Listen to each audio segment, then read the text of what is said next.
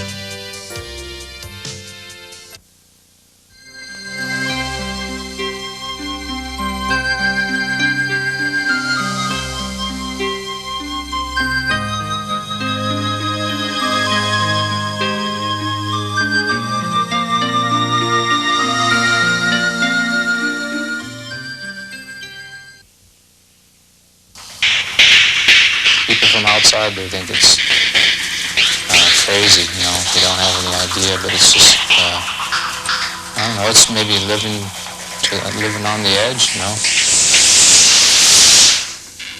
Running only about maybe 4 feet behind Mackey. Here comes Dick Mackey.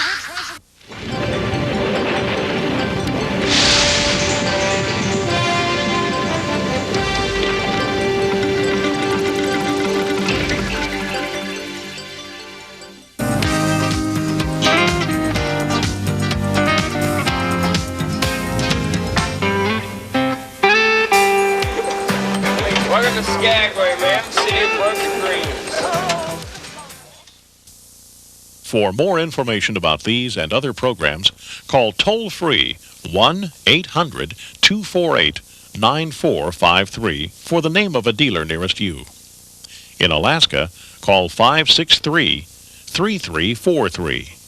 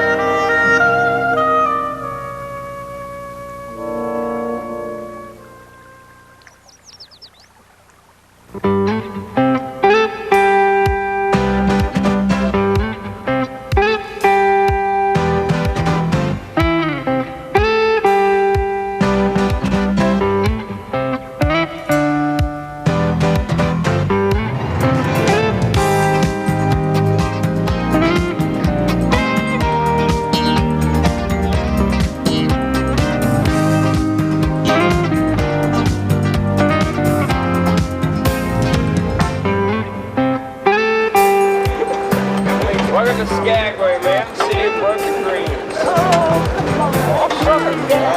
Welcome to Skagway.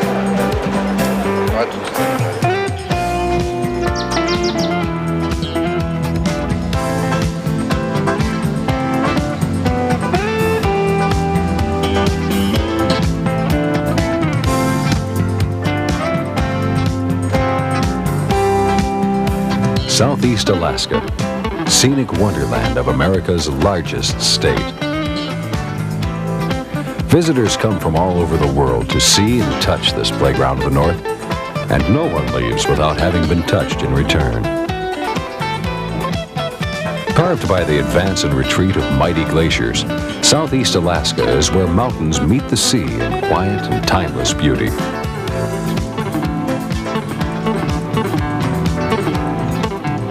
Looking at a map of Alaska, you can readily see why Southeast is called the panhandle of the state. Our tour begins where most visitors enter the region, in Ketchikan, gateway to Alaska. You'll travel north through enchanting Misty Fjords National Monument, through the lumbering and fishing villages of Wrangell and Petersburg, the state capital of Juneau, to historic Sitka and Haines, to the gold rush town of Skagway, and finally, our tour will end with a dramatic conclusion in beautiful Glacier Bay National Park. As you might expect in a region of mountains and islands, access is by boat and plane. The state of Alaska provides a ferry system which links the region to the rest of the continental United States and connects the region's many communities through what is called the Marine Highway. This highway of water meanders more than 500 miles through more than 1,000 islands and is called the Inside Passage to Alaska. During summer, cruise ships also ply these waters, bringing passengers from all over the world to see and experience Southeast.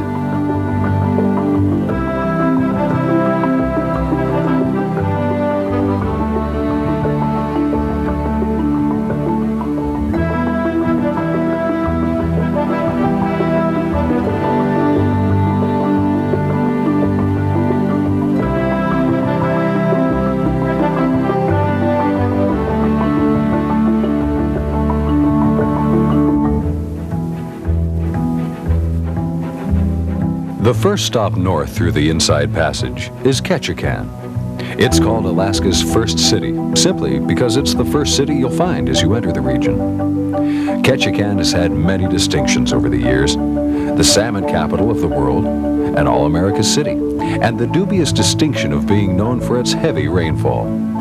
During an average year, 162 inches of rain will fall on the city. In 1949, a record 202 inches drenched the area. When it comes to jokes about rain, Southeasterners have heard them all.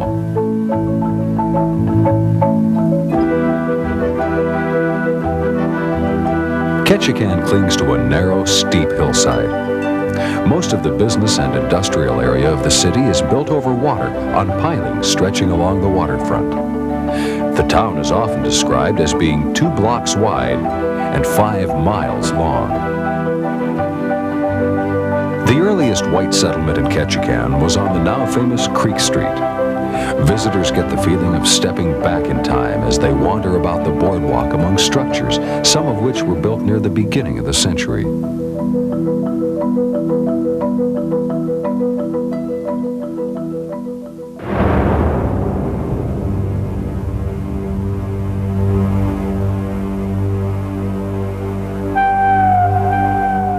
The area around Ketchikan was the heartland of the Tlingit and Haida Indian cultures. The evidence of their rich heritage can be seen in the many reconstructed totems found here. Since the Tlingit and Haida cultures had no written language, each totem tells the story of some aspect of their life and times. In the village of Saxman, among the finest replicas of ancient totems is the famous Lincoln totem, a replica of a carving shown in this black and white picture that was made a century ago to commemorate the Indians' early contact with white men. Legend has it that the carver was given a picture of President Lincoln, and thus, stovepipe hat and all, Lincoln became a symbol to the Indians of white men everywhere. Near the totems is a replica of a community house where elders of the clans made decisions and held ceremonies. Today it is open to visitors and part of most tours to the area.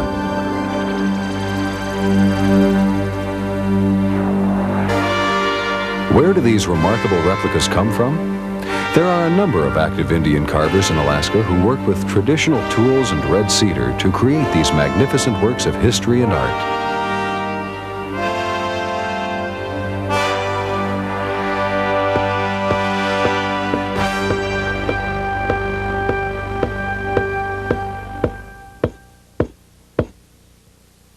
While ancient history and culture are well preserved in Ketchikan, residents cling to some more recent traditions, an annual salmon fishing derby. In May, when the king salmon run, it's into the boat and onto the water to see who can catch the biggest fish.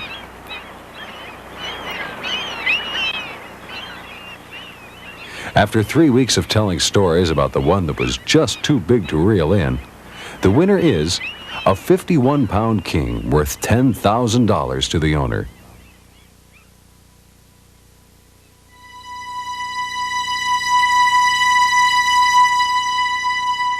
Ketchikan is also gateway to Misty Fjords National Monument, a wilderness of breathtaking grandeur. Since there are no roads leading here, entering these narrow passages by excursion boat or cruise ship is a spectacular adventure.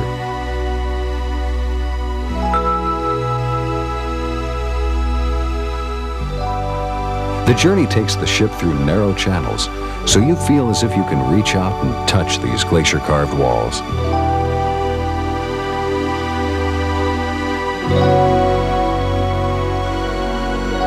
These deep fjords and the sheer cliffs that surround them, rising as high as 3,500 feet, were carved by the advance and retreat of glaciers over countless eons. Today, a rainforest covers the hills and mountains of this 2-million-acre spectacle, providing a protected place for many species of birds and animals. The sure-footed mountain goat roams this area with relative ease, and because of their white coats, can easily be seen from the air or water.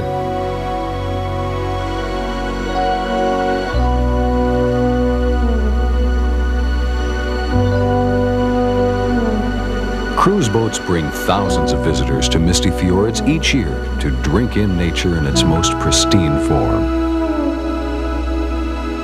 These protected fingers of water have a mirror-like quality about them, leaving the viewer with a feeling of gliding into a picture book.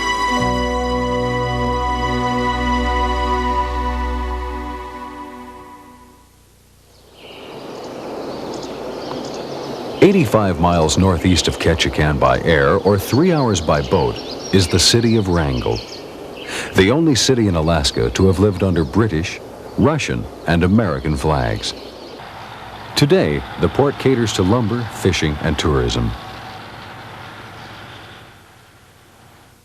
One of the remarkable sights in Wrangell is Petroglyph Beach. Here you can actually take a picture home without using your camera. A piece of paper, a handful of brass, a little rubbing, and you have an original piece of artwork. There is no historical record to explain how these etched rocks came into being, or why. So you can make up your own legend while you work.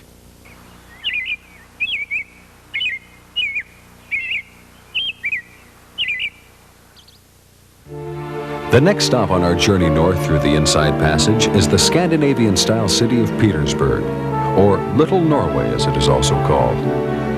These well-kept Norwegian-style buildings, set against a mountainous backdrop, make the town appear to be a picture postcard scene. Petersburg was founded less than 100 years ago by a Norwegian immigrant who discovered that the waters of the area were rich in seafood. Today, the city has the largest land-based halibut fishing fleet in the world.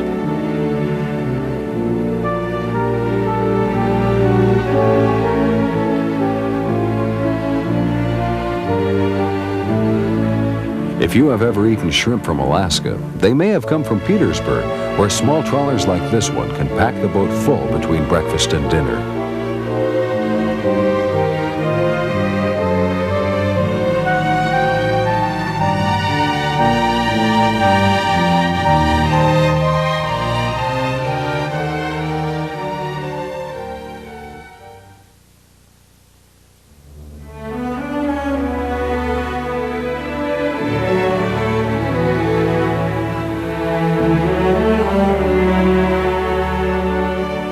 Cruising deeper into the heart of the Inside Passage, encounters with marine life become almost commonplace.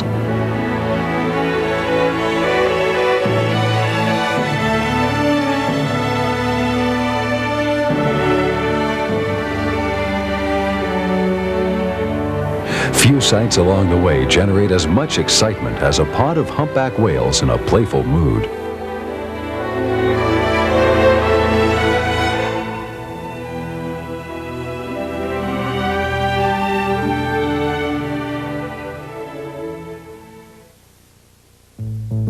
While Petersburg can lay claim to being the fishing capital of Southeast, the city of Juneau, just 85 miles north, is the capital of the entire state.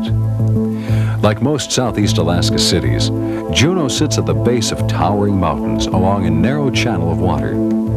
As the state's third largest city, Juneau is a busy community with government and tourism its livelihood. Like its sister cities in the region, Juneau collects its share of rain. When a sunny day breaks, residents literally throng the Parks and Wharf area to soak in the sun.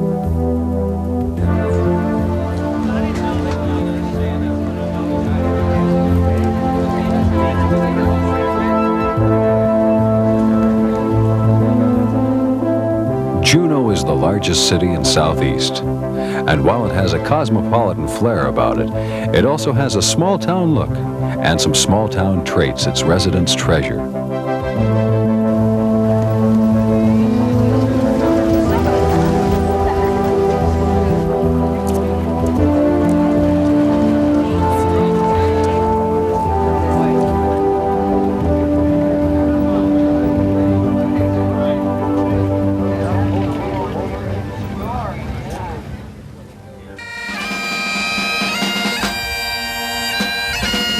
A sunny day in Juneau is reason enough for a parade, but add a 100th birthday celebration and the whole town turns out.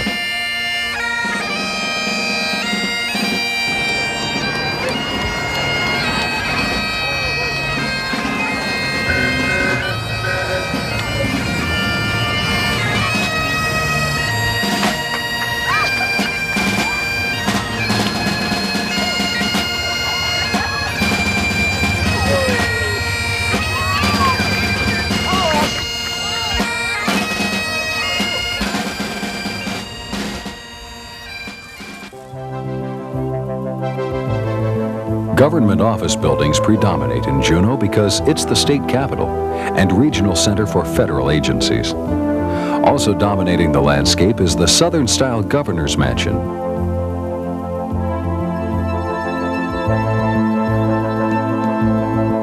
Just 13 miles from downtown Juneau is one of Southeast Alaska's major tourist attractions, Mendenhall Glacier.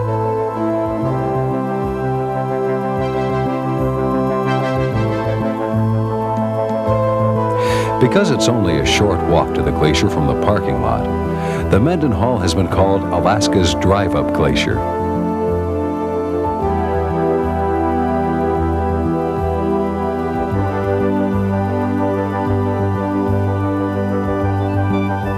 Those who want an even closer look can take a spectacular helicopter ride over this 12-mile-long river of ice.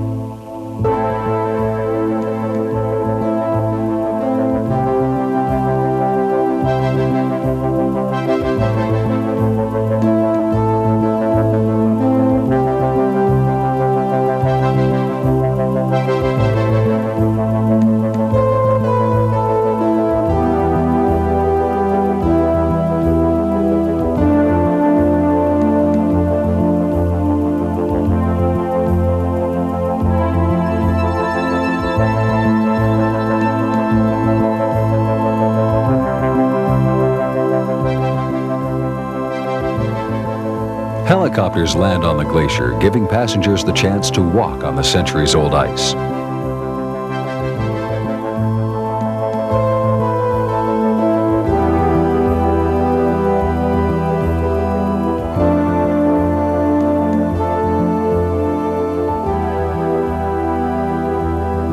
The more adventuresome traveler can join a guided rafting party for a slightly wet ride on the icy meltwater flowing from Mendenhall Glacier.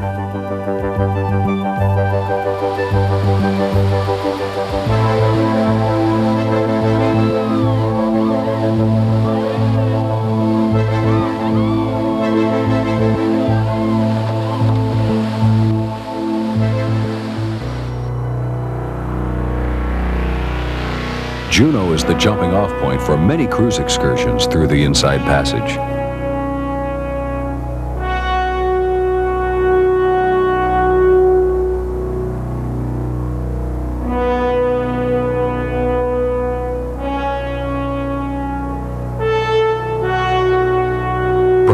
most awesome is an all-day trip by boat to nearby Tracy Arm.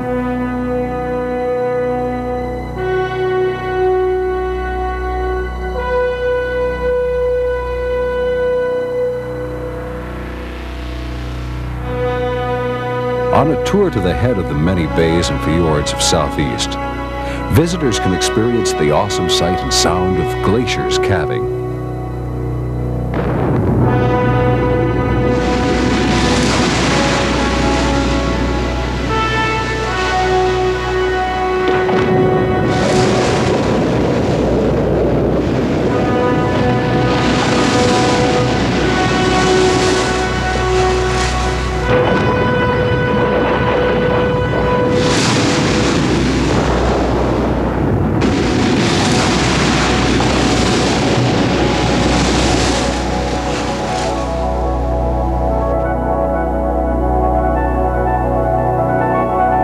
The floating ice provides a convenient resting place for seals who call this place home.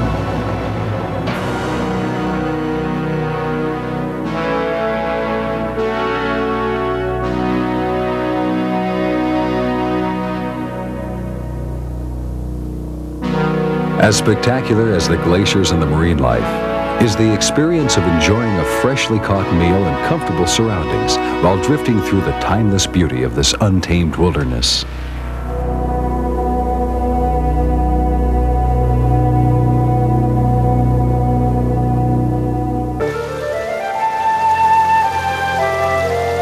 A short hop away from Juneau is huge Admiralty Island, renowned for its large number of coastal brown bears.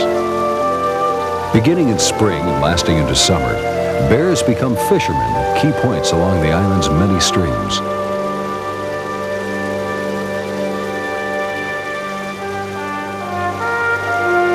In addition to fattening themselves for the long period of winter hibernation, mothers seize the opportunity to teach their young the art of fishing.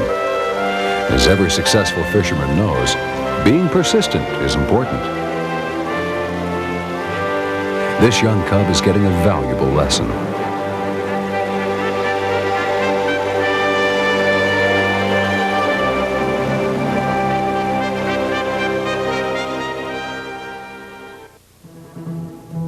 While Juneau is the center of government, her sister city to the west, Sitka, is clearly the cultural center of this region.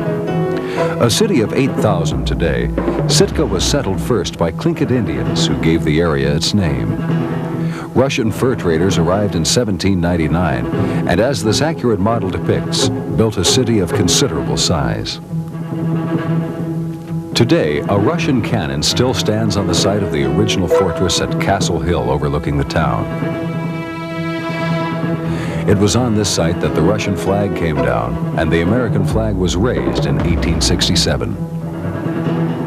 Sitkans are proud of their Russian heritage and recreate a part of it each summer with performances by the new Archangel Russian dancers.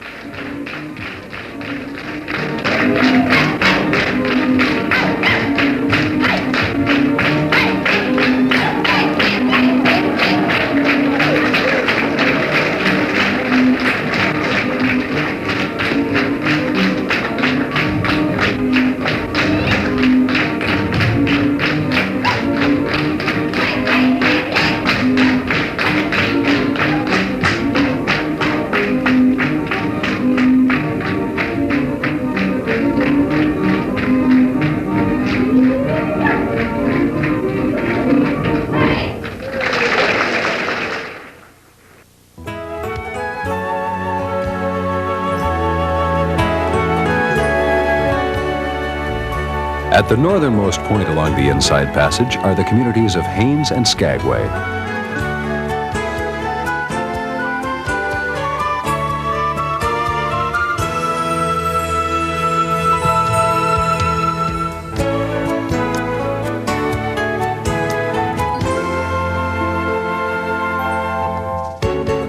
Haines is a place where traditional Chilkat Indian crafts are created and displayed.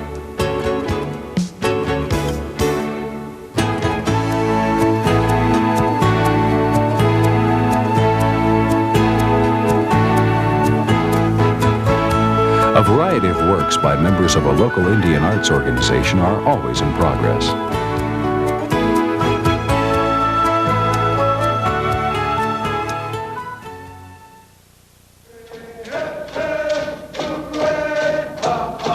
Traditional dances by the Chilkat dancers of Haines in authentic costumes recreate the stories of major events of the rich history of the Chilkat Tlinkits.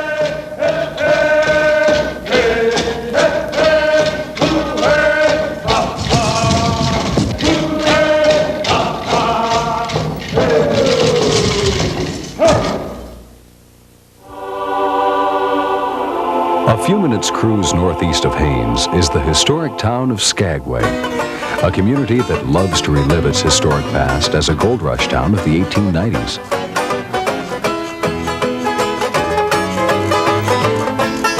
Visitors are inducted into Skagway's history almost from the moment they step off the gangplank. Skagway, man, the city of work and dreams. Jam in the red light district here in Skagway. Welcome to Skagway. No Alaskan city has retained as much of its original look and charm as Skagway. The old storefronts and wooden sidewalks, though restored, are still here. A walk down Broadway Street takes the visitor back in history as you walk past the Golden North Hotel, the oldest operating hotel in Alaska dating from 1898. Curio shops, galleries, and many other interesting interiors are all part of the Klondike Gold Rush National Park. The most unique historic building in Skagway, and perhaps all of Alaska, is the Arctic Brotherhood Hall, built in 1899. This unusual building is made up of more than 20,000 pieces of driftwood. A few blocks away in the Eagles Hall, the Gateway City Players present their nightly review of the days of '98 and Soapy Lives. What's that bald spot growing, sir? Use my soap and the patriarchal locks once more will adorn your brow.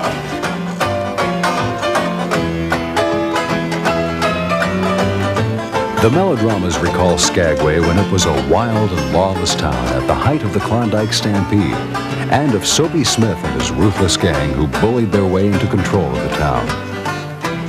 As history tells it, Soapy met his end at the hand of a vigilante named Frank Reed during a duel. And so passed an era in Skagway's history the residents hoped would never be repeated.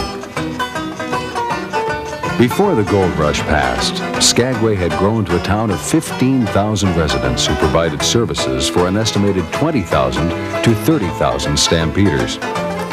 It was these hardy men who made their way single file up the golden stairs of the Chilkoot Pass to the Klondike beyond.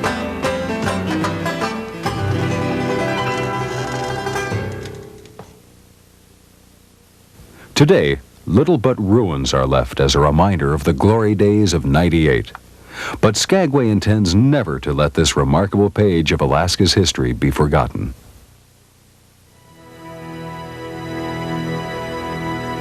Our final stop on this tour of the Inside Passage to Alaska is Glacier Bay National Park. Here, 16 separate glaciers flow from the St. Elias Mountains to the ocean, providing the visitor with startling views of rapidly receding glaciers and abundant marine life.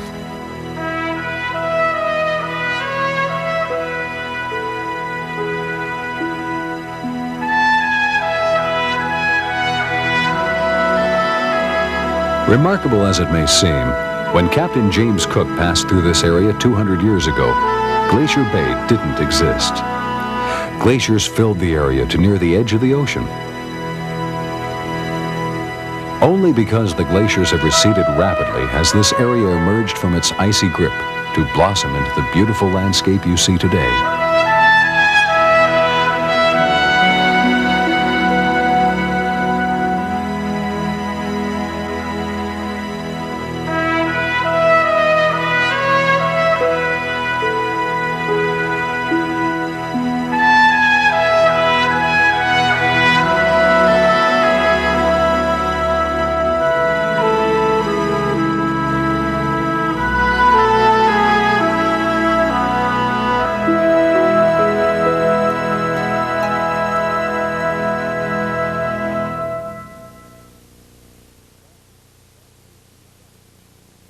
Southeast, though geographically removed from the rest of the state, has always played an important role in Alaska's development, and it still does.